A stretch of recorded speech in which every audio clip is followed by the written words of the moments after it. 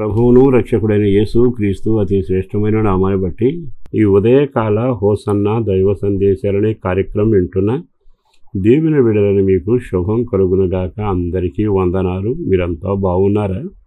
ఈ శుభవేళ మనం దేవుని జ్ఞాపకాల్లో ఉండడానికి అలవాటు పడాలి.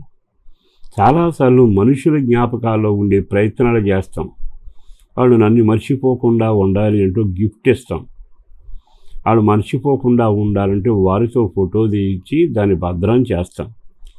వాళ్ళు ఎవరు నన్ను మర్చిపోకుండా ఉండాలి అని అనుకుని చాలాసార్లు మనుషుల కొరకు వింతైన కార్యాలు విందులు ఏవేమో చేస్తాం. అవన్నీ నేను వివరించనక్కరడా. కానీ నేను చెప్పగలిగింది, నీవు ఆయన జ్ఞాపకాల్లో ఉండాలి అంటే నేను చెప్పిన పని మీరు చేస్తే అద్భుతమైన మనుగడ జరుగుద్ది. అదేమిటంటే యెషయా గ్రంథకర్త 41వ అధ్యాయంలో ఈ 8వ వాక్యం, నా స్నేహితుడైన అబ్రహాము సంతానమా అని పిలుస్తున్నాడు జనాంగాన్ని. ఈ సంతానం అబ్రహాం సంతానం అట. ఈ అబ్రహాం దేవునికి స్నేహితుడట. అంటే దేవుడు తన స్నేహితుని జనాంగంతో మాట్లాడుతున్నాడు. అంటే ఈ జనాంగం దేవుడికి కాదు పరిచయం, అబ్రహామును బట్టి జనాంగం.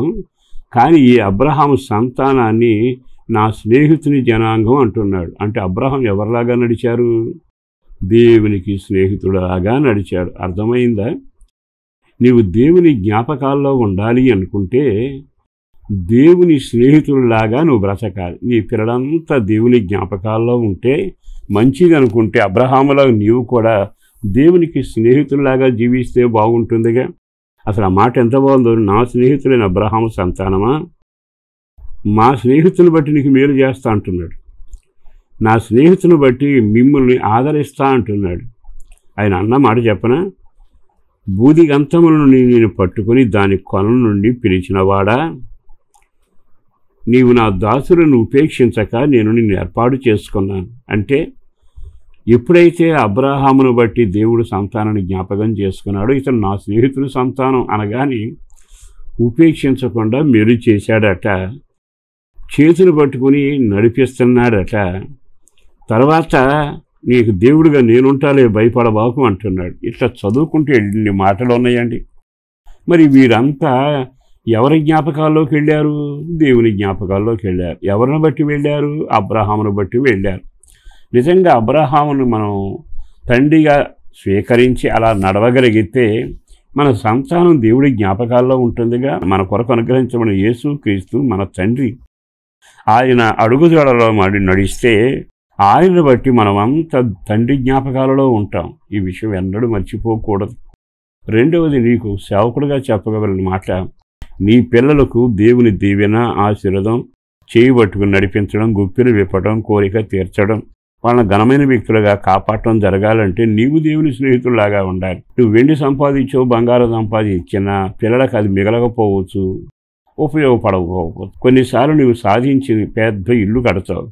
తీరా కొంతకాలం అయ్యాక ఏం జరుగుతుంది తెలుసా? మేము ఇక్కడ ఉండమండి, ఉద్యోగం చేసే స్థలంలో ఉంటామని అక్కడ కొనుక్కుంటున్నారు వాళ్ళు. అంటే నువ్వు చేసేవన్నీ కొంతవరకే.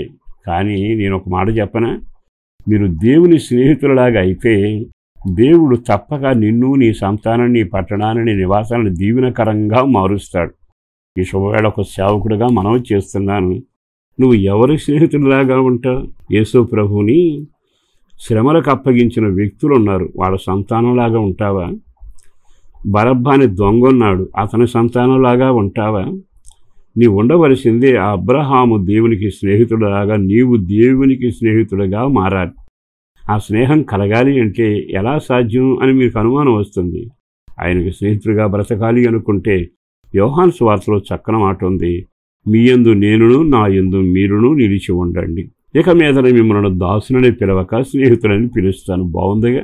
ఈ మాటలు విన్నాకైనా ఒక ఆత్మీయతలో ఎదుగుతూ మీరు రాకడ కొరకు సిద్ధపడతారు. కనుక దేవుని యందు మీరుండాలి, మీ యందు దేవుడు ఉండాలి. ఇది స్నేహానికి నాంది. ఎప్పుడైతే ఇలా నడుస్తారో ఆయన మిమ్మల్ని స్నేహితుడిగా చూస్తాడు. నీ సంతానాన్ని ఆయన పట్టించుకుని అన్ని కోణాల్లో దీవెనకరంగా మారుస్తాడు. అట్టి కృప నీ కుటుంబానికి నీ వలన జరుగునుగాక. పరిశుద్ధుడును ప్రేమామడిన ప్రభు వందనాలయ. అపారమైన నీ ప్రేమ కొరకు ధన్యవాదాలు. చేసిన మేలు కొరకు వందనాలు, చేయబోయే కార్యాల కొరకు వందనాలు. కృప కలుగునగాక. దీవెన, నెమ్మది, క్షేమం, అనుకూలమైన కార్యం జరిగించి బిడ్డలను జీవించండి, కుటుంబాన్ని ఆశీర్వదించండి, ప్రార్థన పరిశుద్ధులు నడిపించండి, చేతి పనిని, కష్టార్జితాన్ని, ఉద్యోగాన్ని దీవించండి, చదువులైన, జ్ఞానమైన, వివాహమైన, సంతానమైన మీరు కార్యం చేయండి. అందరికీ ఆరోగ్యం, సమాధానంతో నీ రాకడ కొరకు సిద్ధపరచండి. ఈ ఉదయకాల పనులు ప్రారంభిస్తుండగా నీ హస్తం తోడుగా ఉంచి క్షేమాన్ని కలుగచేయండి. యేసు పేరట వేడుచున్నాము తండ్రి. ఆమేన్.